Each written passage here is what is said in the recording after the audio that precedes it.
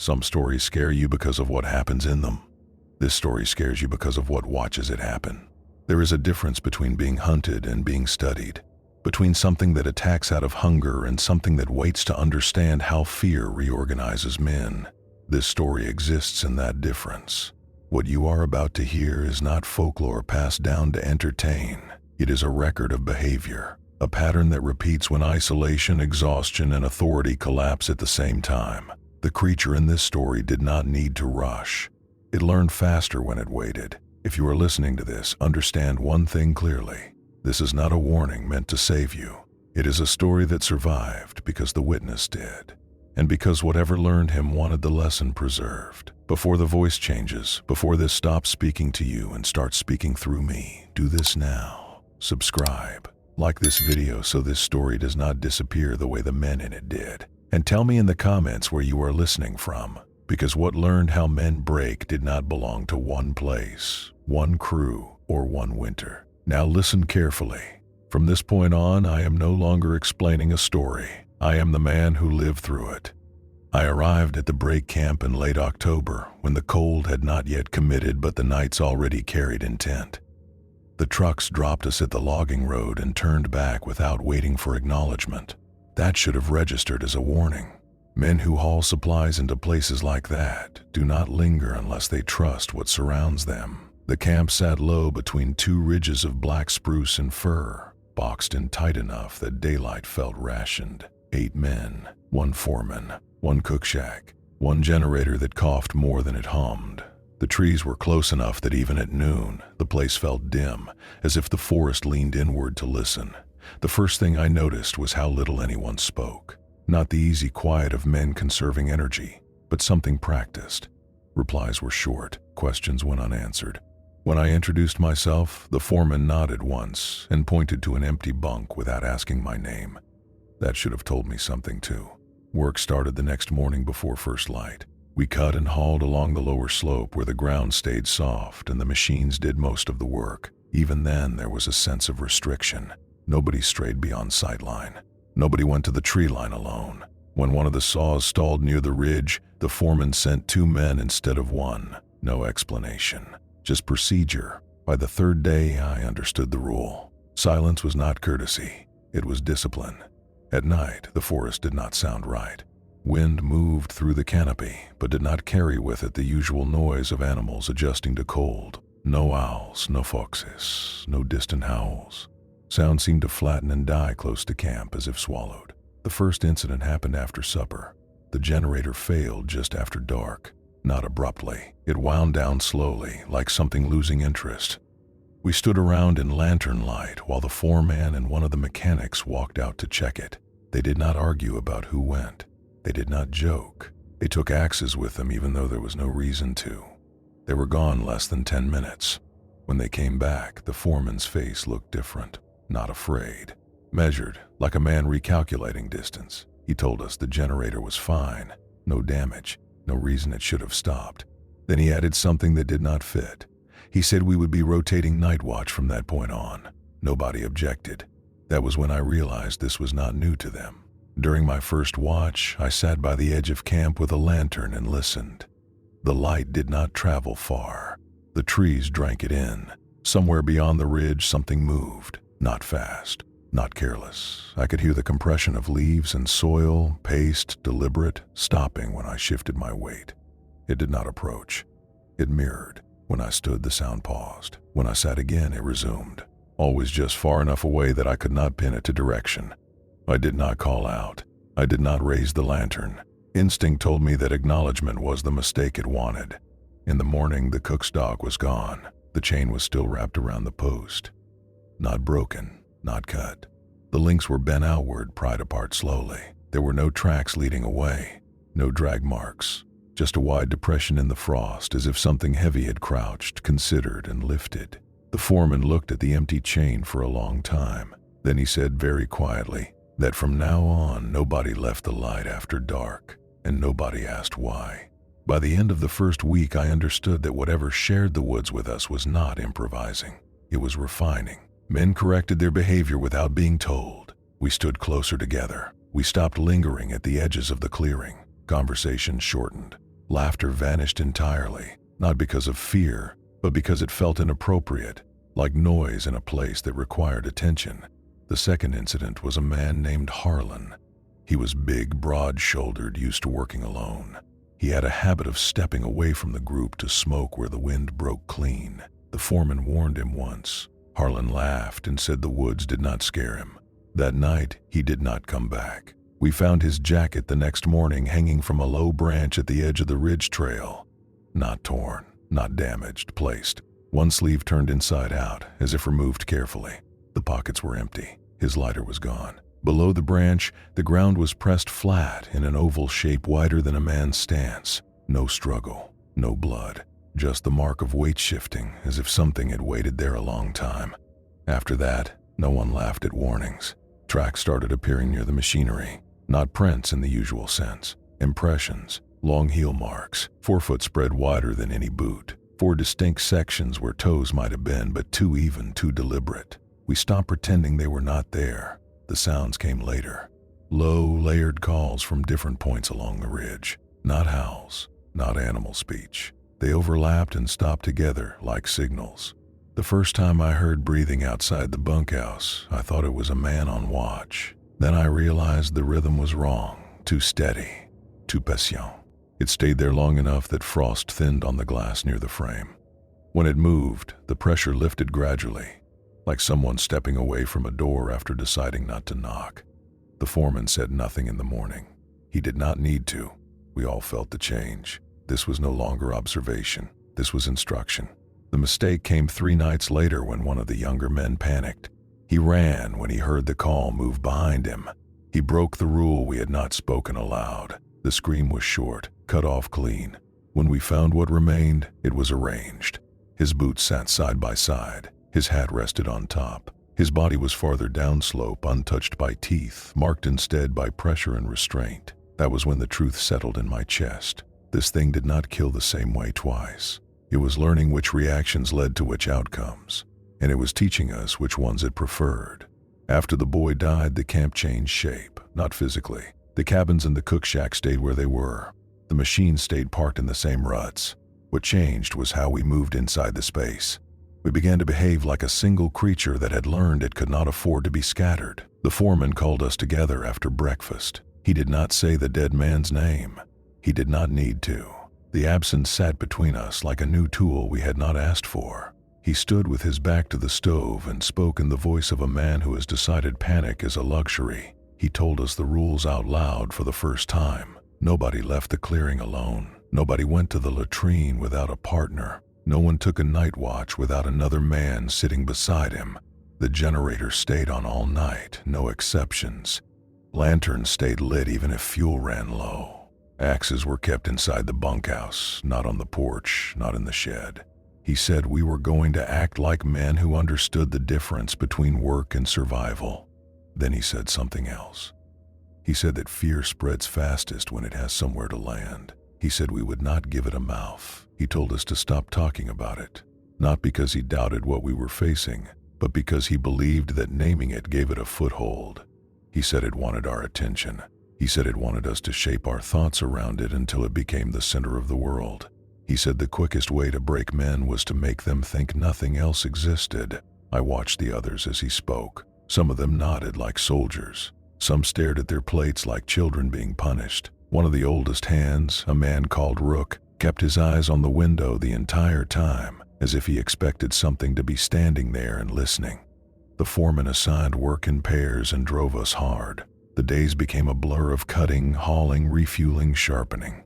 It was not efficiency. It was exhaustion used as armor. If we were too tired to imagine, then maybe we would be too tired to break. It almost worked. For 2 days, nothing happened. No calls, no tracks near the machines, no breathing at the wall. The quiet felt unnatural, like the pause between thunder and the impact that follows. Men started to convince themselves the foreman had solved it with rules and routine. The cook even tried to joke once about city boys getting spooked. His laugh died alone in the room and did not return. On the 3rd night, it came back in a way that felt personal. I was paired with Rook for watch. We sat by the door with lantern light pooled at our boots. The clearing lay open and pale under starlight. The ridgeline beyond looked like a wall of ink. Rook did not speak. He breathed through his nose like a man trying to keep scent out. Near midnight, the sound began at the far edge of the clearing. Slow compression in the frost. Not heavy, not loud, controlled. It circled without stepping into the light. I felt the hairs rise on my arms because it moved like something that already knew where we were looking. Then the call started, not from the ridge, from behind the cook shack. A low, layered sound like two throats sharing one voice. It rose and fell twice, then stopped. Rook's hand tightened around the axe handle. I saw his knuckles whiten. He did not stand. He did not swing. He did not do anything that would look like fear from the outside. The foreman had trained us well. The sound answered from the ridgeline farther out, higher pitched, almost conversational. Then another response came from the slope to the left, so close it made my stomach turn. The voices overlapped for a moment in a pattern that felt like coordination. Rook whispered one sentence so quiet it barely made air move. He said it was counting us. I did not know how he knew. I only knew that the thought made sense in my bones. Then the pressure came at the bunkhouse wall. Not an impact, a lean. The log seams creaked under it. The lantern flame trembled without wind. The smell slid in through the cracks, old wet hide and something metallic beneath it.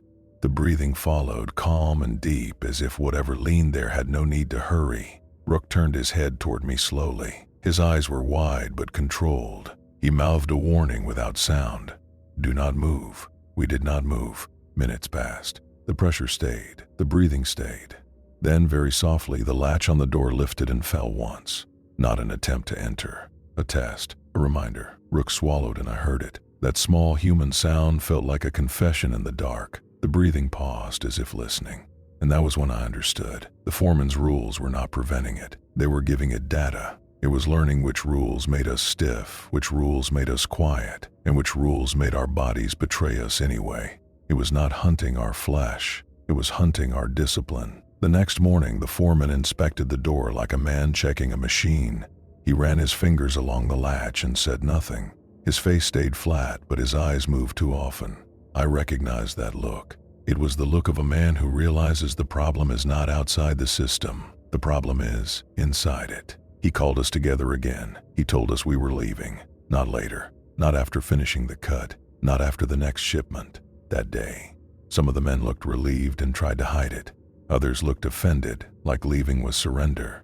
Harlan had been the loudest voice in that category, and now Harlan was gone. His absence should have shut that pride down. It did not. Pride does not disappear in the woods.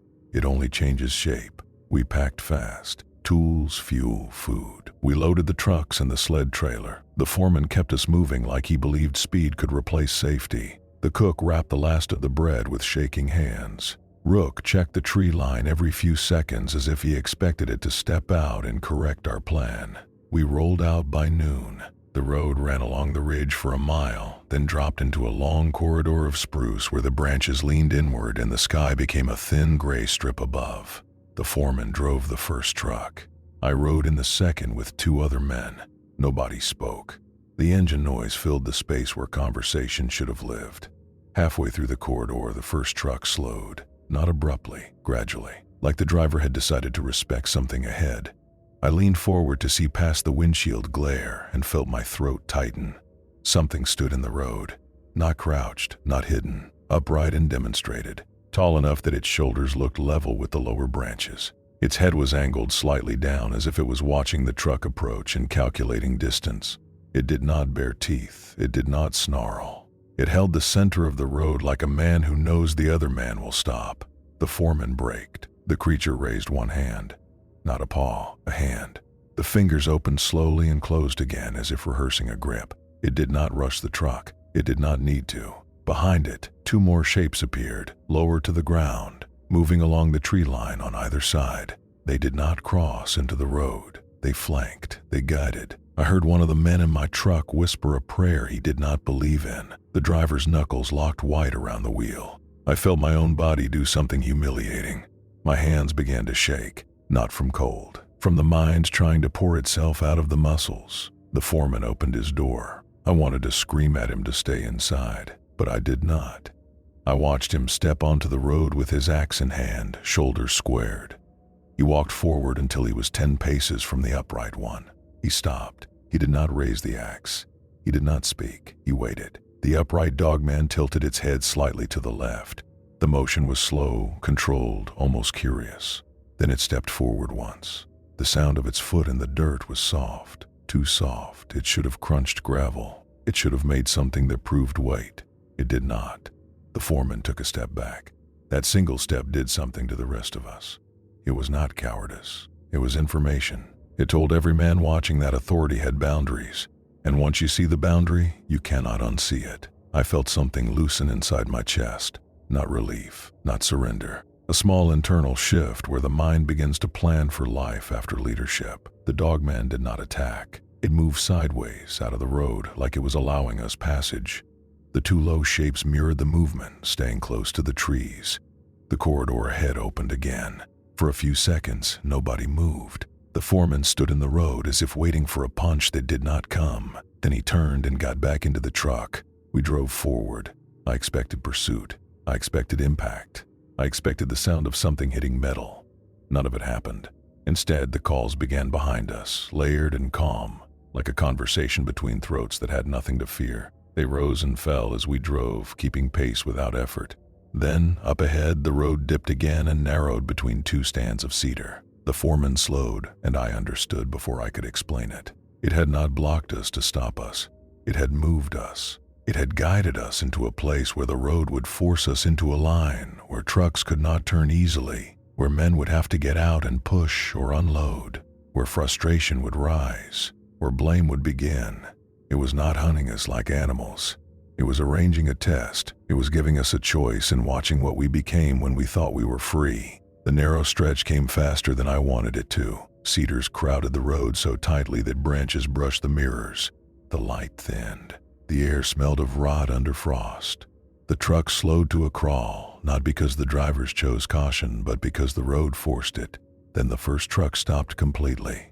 Not for a fallen tree, not for a washout. The tires simply lost their bite in a patch of slick mud that had not frozen the way it should have. The wheels spun once, twice, and threw up a spray of dark slush. The sound echoed wrong in the corridor, too sharp, too loud, as if the woods had been waiting for exactly that noise.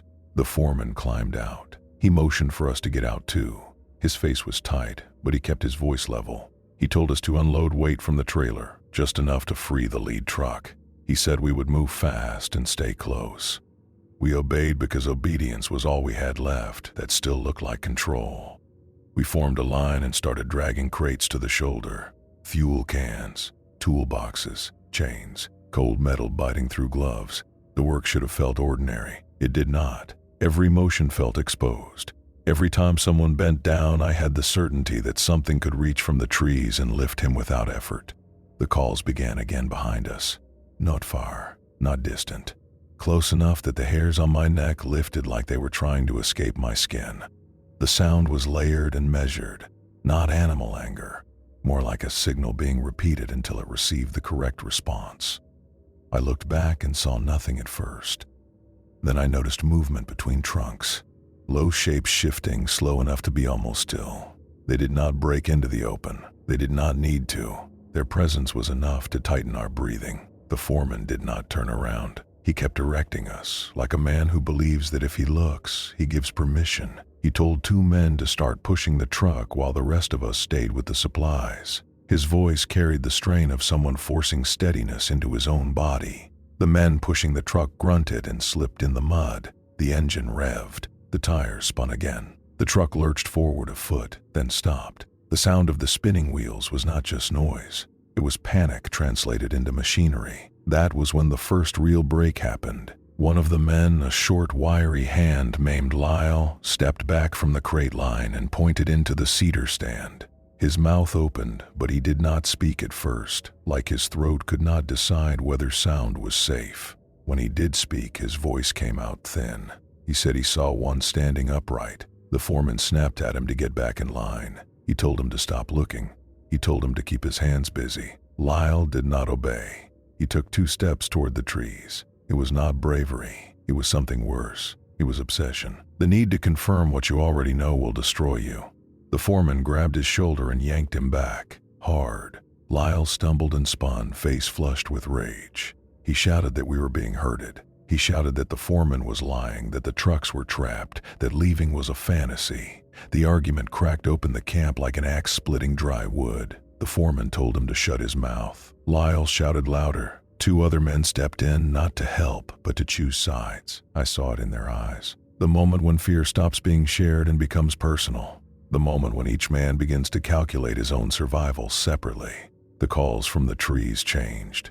They did not get louder. They got closer, like someone leaning in to listen to the argument more clearly. A low shape moved at the edge of my peripheral vision and then paused. It held still as if it knew stillness would pull our attention harder than motion. I forced myself not to turn my head. My body wanted to. My mind screamed to. I remembered the rule. Acknowledgement is the mistake. Then I heard the sound of fingers on bark, not claws scraping. Fingers, slow pressure, a test. Lyle heard it too. His eyes widened. He turned his head toward the sound.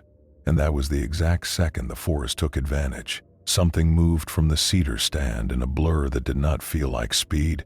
It felt like inevitability. Lyle's body lifted off the ground as if his weight had been erased. There was no struggle visible, no wrestling. Just the sudden absence of a man who had been shouting a moment before, his voice cut off clean. One of the crates toppled and spilled tools into the mud with a clatter that sounded obscene. Men froze. The foreman shouted for us to stay in formation. His voice broke on the last word, not from fear, but from anger at the fear. I stared at the place where Lyle had been, and I understood the lesson. It had not taken him because he walked too far. It had taken him because he argued. It wanted conflict. It wanted us to fracture because fractured men are easier to move. The truck finally lurched free a moment later. The foreman screamed for us to load what we could and leave the rest. We threw crates back onto the trailer with numb hands, dropping more than we secured. The engine noise rose. We climbed back into the trucks and pulled forward, and as we drove, I looked into the side mirror. Between the cedars, I saw a tall shape standing upright in the darkness. It did not chase. It watched, and I knew it had learned what it came for. We reached the open stretch near the river by late afternoon, but the open did not feel like freedom. It felt like a stage. The water was already skinned with ice along the edges, black at the center, moving slowly beneath a thin crust. The banks were wide, and the tree line sat back a little, as if the forest was giving us space on purpose. The foreman parked the trucks and made a decision I did not understand at first.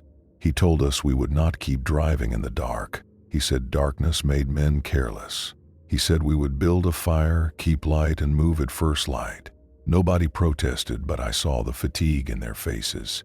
2 men were gone now. The boy from the camp, Lyle from the road. Their names still hung unspoken in everyone's chest. We built the fire and fed it hard, sparks climbing into the cold air like insects fleeing a hand. The foreman arranged us in a rough half circle around it. He placed the trucks behind us like a wall. He told us to keep axes in hand. He said we would stay together no matter what we heard. That should have been the end of it. It was not. After nightfall, the calls started again, but they did not come from the woods. They came from the far bank. The sound rose in a low layered tone and traveled over the ice like a voice using the river as a corridor. Then it answered from downstream, then again from upstream, spaced like signals. The pattern made my skin tighten. It was not random. It was placement. The foreman told us not to look across the river. He said looking would fix it in our minds. He said fear needs an image to grow teeth. One of the men, a heavy-set older hand named Merrick, muttered that he was not dying without seeing what took him. He stood, shoulders tense, and stepped away from the firelight toward the river's edge. 2 men moved to stop him. The foreman raised his hand and told them to stay. His voice was low. He said let him go. I did not understand that either until I did. Merrick reached the edge of the bank and stared out across the ice. His silhouette cut against the river like a figure carved from wood. He stood there for a full minute, breathing hard, trying to force his eyes to find movement. Nothing moved. Then the ice made a sound, a slow groan, deep and long, like a warning issued from below. Merrick took 1 step onto the ice. The foreman shouted his name, the first time I had heard him use anyone's name in days. Merrick hesitated, then took another step, as if stubbornness had become his last identity. The ice did not crack. That was the trick. It let him believe. From the far bank, a shape rose, not leaping, not sprinting. It rose slowly into a standing posture, tall enough that it broke the line of the trees behind it. Its shoulders were broad, its arms hung long, its head tilted slightly, as if recognizing a behavior it had been waiting to see. Merrick froze. I saw his body stiffen, not from courage, but from the mind trying to decide whether to run or deny. The shape stepped forward onto the ice. The ice held. It crossed with a calmness that made my throat close. It was not rushing because it did not need to. It moved like it owned the physics of the place. Behind it, lower shapes appeared, flanking along the far bank, staying near the tree line, watching. Merrick tried to back up. His boots slipped. He caught himself. His arms windmilled. Panic flashed across his face and changed him instantly from a man who chose to go into a man who wanted to be saved. He shouted for help. The foreman took one step forward and stopped himself. I saw the decision happen in his body. Mercy versus control. One man versus the group. A weak board being tested. Two younger men ran anyway. They sprinted toward Merrick, boots kicking frost, axes raised. Their hearts were still human. Their fear still believed in rescue. They reached the river's edge and stepped onto the ice. The upright shape stopped and watched. That pause was not hesitation. It was evaluation. The moment the second rescuer's foot hit the ice, the low shapes on the far bank moved. Not onto the ice. Along it, running parallel, hurting from the side, the upright one stepped forward again. Merrick screamed high and thin. The first rescuer grabbed his arm and pulled. The second tried to swing an axe at the upright shape, but his hands shook too hard and the blade cut only air. The upright shape reached out and closed its fingers around Merrick's coat. Not biting, not clawing, gripping, it lifted him with a single pull. Merrick's boots kicked over the ice, and for a moment he was suspended, like an object being selected. His mouth opened and the scream came out as a wet choke, cut short when pressure tightened around his chest. The rescuers froze. The upright shape turned its head slightly and looked at them. And I swear to you, it felt like it was smiling without changing its mouth. It was reading them. It was learning how mercy breaks men faster than fear ever could. The foreman shouted for them to get off the ice. He sounded furious, not at them but at the lesson being taught. The first rescuer stumbled backward, slipping, clawing for traction. The second hesitated, staring at Merrick as if willpower could pull him free. The low shape surged along the far edge of the ice, and one of them darted forward just enough to make the second rescuer flinch. That flinch was all it needed. The rescuer turned to run, his footing wrong, and he went down hard. His axe slid across the ice, skittering away like a useless toy. The upright one did not chase him. It did not need to. It already had what it wanted. Merrick was taken across the ice with careful steadiness, not dragged, not torn, carried. And the two rescuers were left alive, left shaking, left with the memory of what their mercy cost and what their hesitation revealed. The foreman forced us back toward the fire. He told us to tighten the circle. He told us no one moved again. But I saw it in the men's faces. The circle had already changed, not because we lost another man, because we learned what kind of men we were when someone begged. After Merrick was carried across the ice, we did not speak for a long time. The fire cracked and shifted. Sparks lifted and vanished. The night pressed in from all sides, but the pressure that mattered was inside our circle. Men stared at the ground. Men stared into the flames. Men stared at each other and looked away quickly, as if eye contact might turn into accusation. The foreman forced us into watches again, 2 at a time, but even that felt hollow now. Watches were supposed to protect sleep. Nobody slept. We lay on the cold ground beside the trucks with axes across our chests, eyes open, listening to every small sound like it was a verdict. Near midnight the calls returned, but softer, measured, not circling us anymore, because it had already proven it could step into our rules and use them against us. It had shown us the shape of our mercy. It had shown us how quickly we would abandon a plan for a single man. It had shown us we would blame each other for it afterward. I sat watch with the youngest man left, a quiet hand named Daniel, who had barely spoken since the corridor. He kept rubbing his thumb over the axe handle like he was trying to wear it smooth. His breath came in short bursts. He was trying to hide it. He could not. A sound came from behind the trucks, low and deliberate, like weight shifting against metal. A door creaked. Not the wind, not the truck settling. A door. Daniel's head snapped toward it. I grabbed his sleeve and held him in place. The foreman had said nobody moved. I knew better than to break the circle again. The sound came again. A soft scrape along the side panel, slow and careful, like fingers tracing a seam. Daniel whispered that something was back there. I told him to keep his eyes on the fire. Then we heard a different sound, not from the trucks. From the dark beyond the fire, a low voice shaped itself out of the night. It was not human speech. It was not animal sound. It was an imitation of speech, crude but deliberate, like a throat practicing a language it did not own. Daniel stiffened. The foreman heard it too. Every man in the circle heard it, because silence fell so hard it felt like the air thickened. The voice came again, closer. It said one word, Daniel's name. It did not say it cleanly. It said it wrong, stretched, as if tasting the syllables. But it was his name. There was no doubt. Daniel turned toward the sound like his spine had been hooked. The foreman rose fast, axe lifted, and shouted at him to stay. Daniel did not move at first. I saw his chest working like he was trying to swallow panic back down. Then the voice spoke again, and this time it was not a name. It was his mother's voice, soft, pleading. Familiar. It called him the nickname only family would use. I felt my stomach turn, not because I believed it was her, but because I understood what it meant. This was not hunting anymore. This was mapping. It had listened to us when we spoke in exhaustion. It had heard Daniel whisper into the dark when he thought nobody was paying attention. It had collected the small human details the way a trapper collects sign. Daniel stood. The foreman stepped forward to block him. Daniel lifted the axe, not to swing, but to keep space. His eyes looked empty, not possessed, just flooded with a single thought. If that voice is real, I have to answer it. The oldest weakness in men is not fear. It is hope that appears at the wrong time. The foreman told him the truth, harsh and plain. He said nothing good was outside the light. He said the voice was bait. He said if Daniel stepped out, he would die alone. Daniel stared at him. His jaw trembled. Then he whispered that he would rather die than sit there listening to his mother cry. He stepped out of the circle. The firelight fell off his body immediately and turned him into a moving shadow. He walked toward the trucks, following the sound of the voice, which now came from behind the metal, soft and coaxing. The foreman started after him and stopped himself halfway, like his body remembered Merrick, like his mind finally understood the lesson. Leaving the circle is what it wants. Daniel reached the truck door. The handle lifted by itself. The door opened slowly. No one was inside. Daniel hesitated just long enough for his hope to fracture. Then a shape rose behind the truck, tall and upright, blocking the starlight. It did not lunge. It did not roar.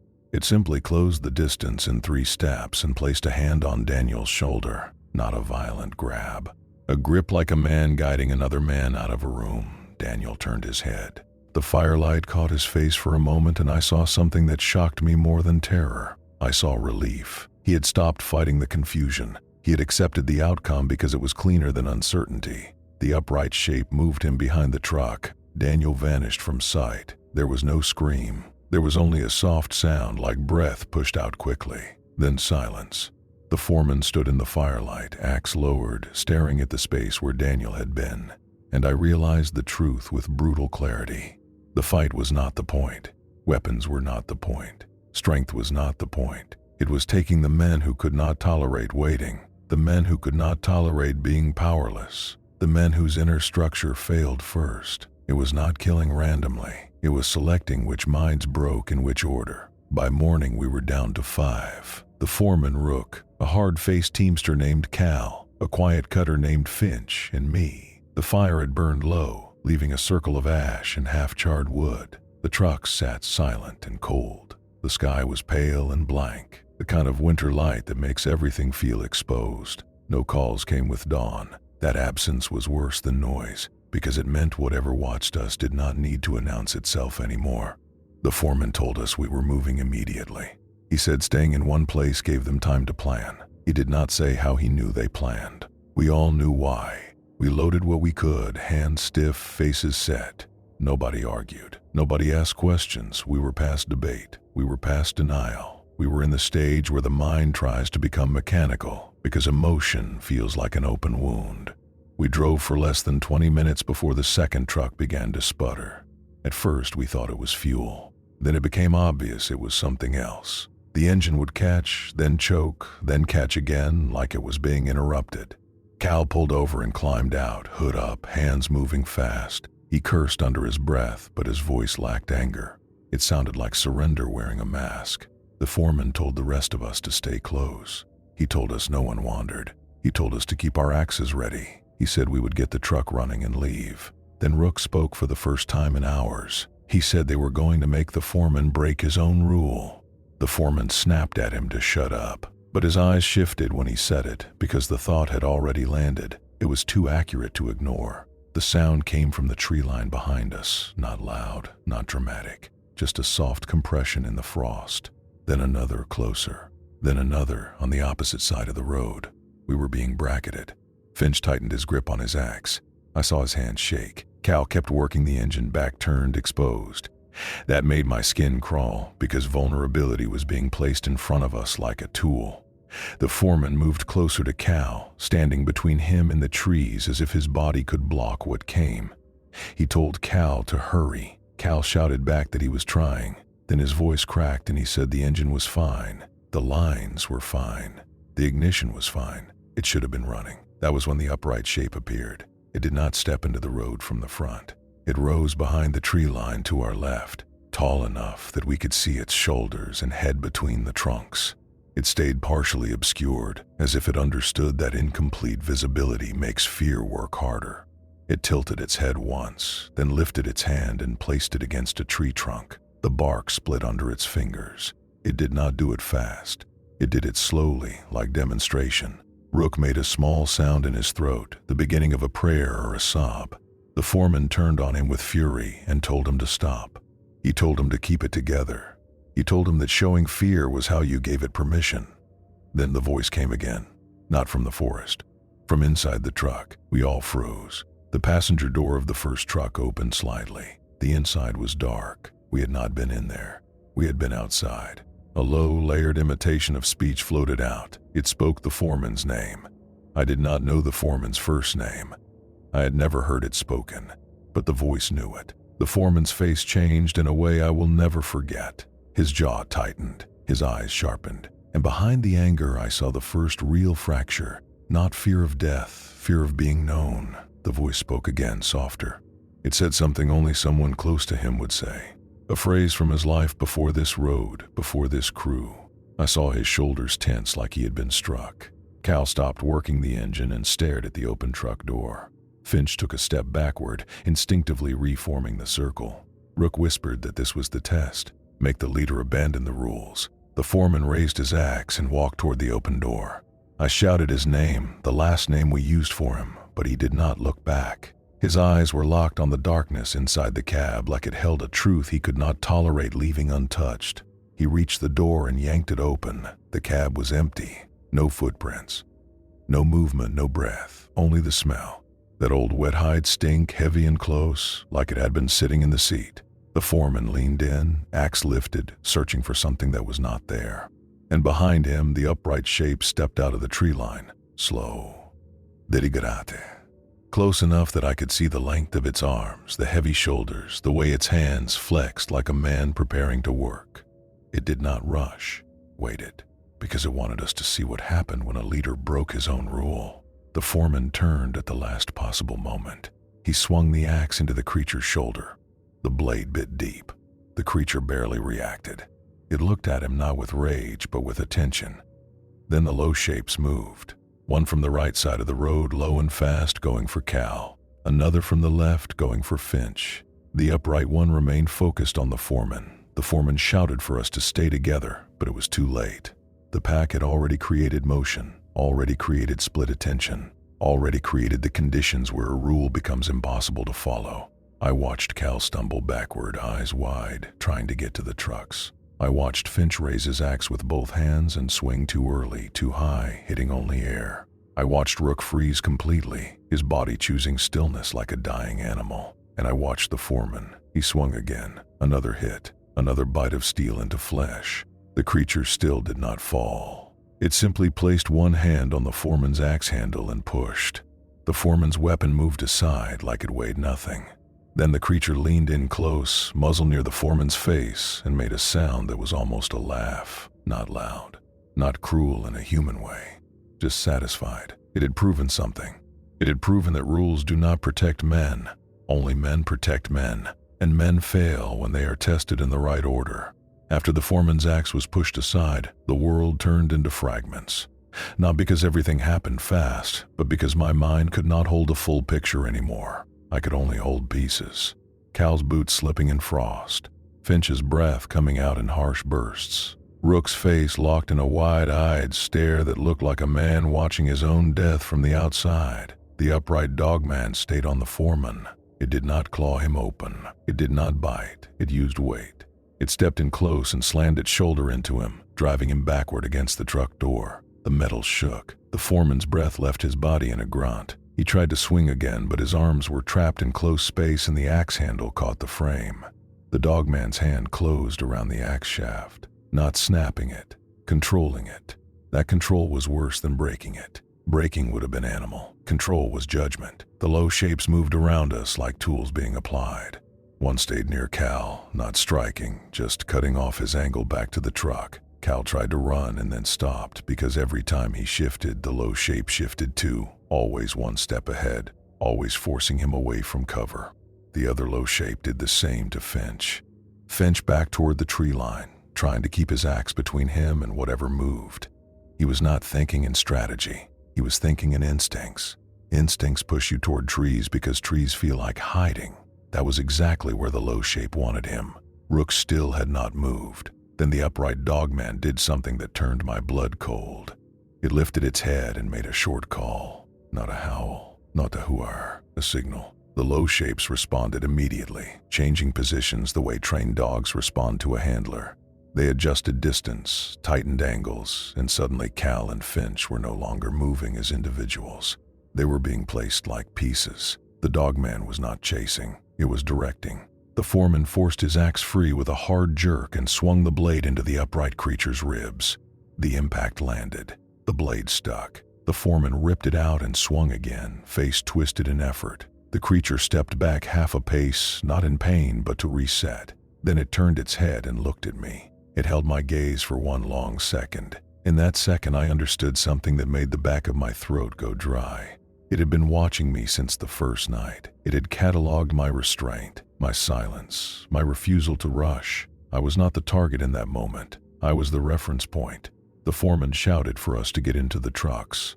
He screamed that we could still drive. Cal tried, sprinting toward the driver door. The low shape cut him off with a sudden burst, not tackling him, simply appearing in his path like a wall. Cal swung his axe low. The blade hit an arm, not a paw.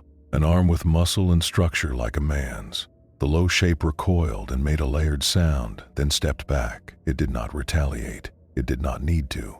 Cal's eyes lit with hope. He thought he had created fear in it. That hope was his mistake. The low shape darted sideways, and as Cal turned to track it, the second low shape surged behind him and grabbed his leg. Not biting, gripping, pulling. Cal went down hard. His axe flew from his hands and skittered across the road. He reached for it, fingers scraping gravel. The low shape dragged him backward, not fast, not frantic, controlled like a man moving a sack. Cal screamed. The upright Dogman did not look at him. It kept its attention on the foreman because the foreman was the center. The foreman was authority. Breaking the authority broke everything else. Finch made his break then. He ran toward the trees. I saw his face as he turned, eyes wide, jaw slack, panic stripping him of every rule he had practiced. He ran because he could not tolerate the road anymore. He ran because the forest felt like any other option. The low shape that had been guiding him did not chase directly. It moved parallel, keeping him in sight, letting him believe he had distance, letting him spend energy. Then it cut across in front of him, forcing him deeper into the cedar stand. Finch disappeared between trunks. A moment later, his scream started and then turned into a choked sound, then stopped. Rook finally moved. He ran toward Cal, not to save him, not even with a plan. He ran because the sight of a man being dragged peeled open something primitive in him. The instinct to grab and pull back, like children playing tug-of-war, like a body trying to undo loss. Rook reached Cal's arm and grabbed. For 1 second there was resistance. A human arm pulling a human arm. Then the low shape that held Cal shifted its grip and pulled once, hard. Rook's body lurched forward. He fell face first into the gravel. The low shape released Cal and seized Rook instead. It did not choose the man who was already doomed. It chose the man who came to help, because that was the lesson. Mercy makes you leave the safe place. Mercy makes you ignore rules. Mercy makes you predictable. Rook was hauled backward in one long pole and vanished behind the trucks. Cal was left on the road, gasping, clawing at his leg, eyes searching for any weapon. He lived, but he was shattered. That was worse. His survival made him evidence. The foreman roared and charged the upright Dogman, axe raised high, screaming like rage could replace strategy. He landed a blow on its shoulder. The blade sank. The creature stepped back and then forward again, unhurried, like it was letting him spend himself out. Then the creature reached out and closed its fingers around the foreman's throat. Not crushing, holding. The foreman's eyes widened. His hands grabbed at the wrist. He tried to pry fingers away. The creature's grip stayed steady, controlled, patient. It lowered the foreman to his knees. And in that posture, in that forced kneeling, something broke in the camp that had nothing to do with death. Leadership ended. The foreman's axe slid from his hand. The upright Dogman tilted its head and studied his face, as if reading the exact moment hope leaves a man. Then it released him. The foreman collapsed onto the road, coughing, alive on purpose. And I knew why. It wanted him to live long enough to understand he had failed. The moment the foreman fell alive, Cal began to sob. Not loud, not dramatic. Quiet, broken sobs like a man leaking from the inside. He kept repeating one sentence that did not make sense at first. He said it wanted us to watch. The foreman pushed himself up on one elbow and tried to speak. His voice came out as a rasp. He told us to get into the truck. He told us to drive. He pointed toward the keys like keys were salvation. I looked at the truck and knew the truth before my mind caught up. It would not let us drive away. Not yet. The upright Dogman stepped backward into the tree line and vanished, not retreating, simply removing itself from view the way a teacher steps aside to see if the lesson holds. The low shapes did not vanish. I could feel them. I could hear soft compression in the frost from the side, keeping distance, keeping position like guards in the dark. Cal crawled toward the axe on the road, fingers trembling. He reached it and pulled it close like it was a child. He tried to stand and failed. His legs shook too hard. He said he could not feel his feet. The foreman tried to rise and swayed. His throat was swelling. Each breath sounded wet. He forced himself upright anyway. He stood with his shoulders squared, but his eyes were wrong. He looked like a man who had been stripped in front of strangers. Finch was gone. Rook was gone. Daniel was gone. Merrick was gone. Lyle was gone. The boy was gone. We were three now. The foreman, Cal, and me. The foreman started toward the truck door. The voice came again from inside the cab. Not his name this time. A phrase. Something small and intimate meant to pull him forward. Something that belonged to the life he had before this road, before he was a foreman, before he had learned to command men. His hand paused on the door handle. I saw his fingers tremble. Cal whispered that it was inside. The foreman forced the door open with a hard yank. The cab was empty, but the seatbelt was extended and lying across the seat like a tongue. The smell was thick, wet hide, iron, and something else, faint but unmistakable, like old smoke from a stove. The foreman leaned in anyway, searching, refusing to accept that he could be manipulated so easily.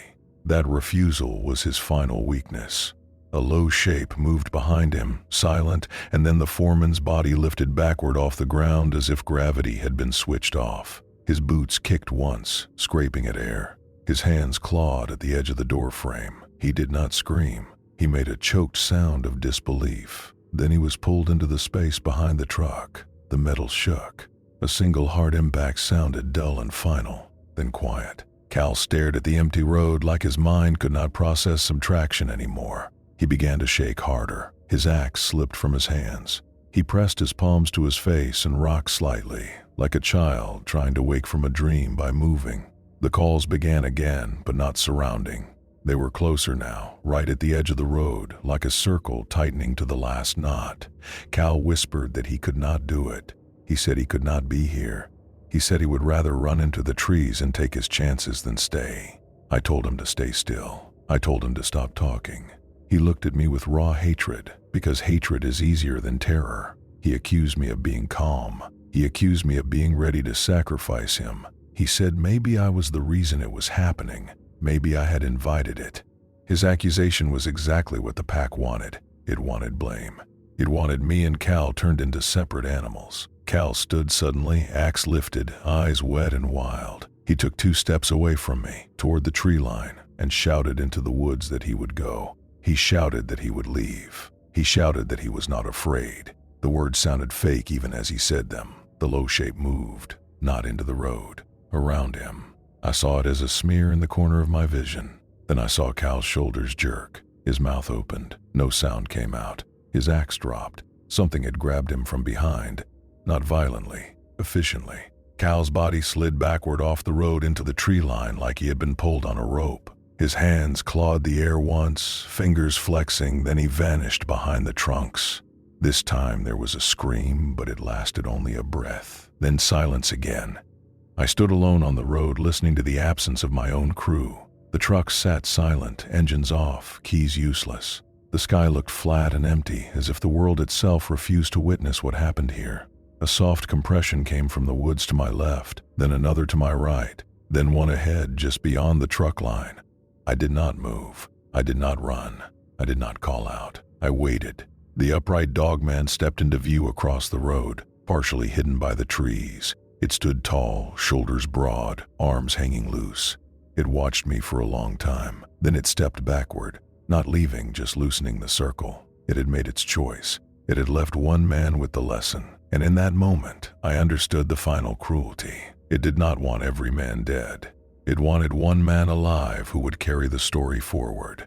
Because the story was part of the hunt. Because the story teaches the next crew how to break. I stayed on that road until the light changed. Not because I believed daylight would protect me, but because movement felt like agreement. The trucks sat silent, useless, their metal already cold. The fire from the night before was miles behind us and might as well have been on another planet. The only sound left was my own breathing and the faint creak of branches settling under frost. I expected the pack to finish it. I expected the upright one to step out again, close the distance, and make my ending clean. It did not. Instead, the forest went still in a way that felt deliberate. The compression sound stopped. The calls did not return. Even the wind seemed to lower its voice. That silence carried a message more clearly than any roar ever could. It was done teaching for now. I walked to the lead truck and tried the ignition. The engine turned over once, then died. I tried again. Same result. The machine was not broken. It was being denied.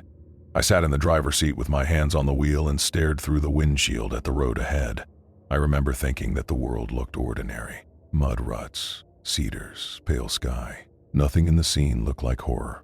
That was part of the punishment. It made everything that followed harder to explain. Then the voice came again. Not my name. A sound I recognized from childhood. A small phrase my father used to say when he wanted me to calm down. He said it when he taught me to tie knots and when he taught me to hold my breath underwater. A phrase that never existed in this camp, never belonged on this road. It came from the passenger seat. Soft, close. I did not look. I kept my eyes on the windshield because I understood the rule better than the foreman ever did. If I looked, I would give it a shape. If I gave it a shape, it would know exactly which part of me was still human enough to reach. The seat beside me depressed slightly, as if weight settled there. Not heavy, measured. I smelled it. Wet hide, old iron, and something faint beneath it, like smoke from a stove that has not been used in years. My stomach tightened, but I forced my breathing to stay even. I did not turn my head. I did not speak. I held still like stillness was a language. The pressure stayed for a long time. Then it lifted. The passenger door opened and closed without a slam. A quiet exit. A deliberate choice to leave me untouched. I sat there, sweating in the cold, and realized the final part of the lesson. It had learned how men break, and it had also learned which men do not break in the way it expects. That did not make me safer. It made me interesting. It made me useful. It wanted me alive, not because it spared me, because it needed a witness. Hours passed before the engine finally started. When it did, it caught smoothly, as if nothing had ever been wrong. I drove without thinking. I did not stop to search the trees. I did not stop to look for bodies. I did not stop because I understood what the pack wanted most of all. It wanted motion. It wanted me to leave that road carrying the story like an infection. The drive to the first outlying farm took most of the day. When I arrived, the people looked at me the way people look at men who have walked out of something that should have kept them. They asked where the others were. I told them the trucks broke down. I told them the road was bad. I told them we got split. I told them wolves. They did not believe me, but they accepted the shape of a lie because the truth would have forced them to change their lives. The company called it an accident. They said exposure. They said men wandered. They said poor planning. They sent a team out weeks later when the snow had hardened and the fear had cooled. They found the trucks. They found scattered tools. They found no bodies. They closed the file. Years went by. Logging continued. Roads widened. Camps shifted deeper. New men came in with younger faces and louder confidence. The forest took the same measurements and waited for the same mistakes. And I learned something I did not want to know. I learned that what hunted us was not tied to one ridge or one winter. It was tied to patterns, isolation, authority, mercy. The way men argue when they are scared. The way men leave the circle to prove something. Sometimes I wake before dawn with my jaw clenched and my hands aching as if I have been gripping an axe all night. Sometimes I hear that low, layered call in the back of my mind and I cannot tell if it is memory or a signal. If you think this ends because I survived, then you have misunderstood what you were listening to. This story did not end on that road. It only paused because the pack learned what it came to learn, and it left one man alive to spread the lesson forward. If this story got under your skin, do not treat that feeling like entertainment. Treat it like a warning sign. Subscribe now because this channel survives on the stories most people try to forget. Like this video so this story does not get buried the way those men were buried, without bodies and without answers. And tell me in the comments where you are listening from, because these patterns do not belong to one place. And what learns how men break does not stop at one crew. And if you are out there, hearing this late at night, alone, and you suddenly realize the woods around your house have gone quiet, remember one thing. Some hunts do not end. They only wait for the next group to arrive.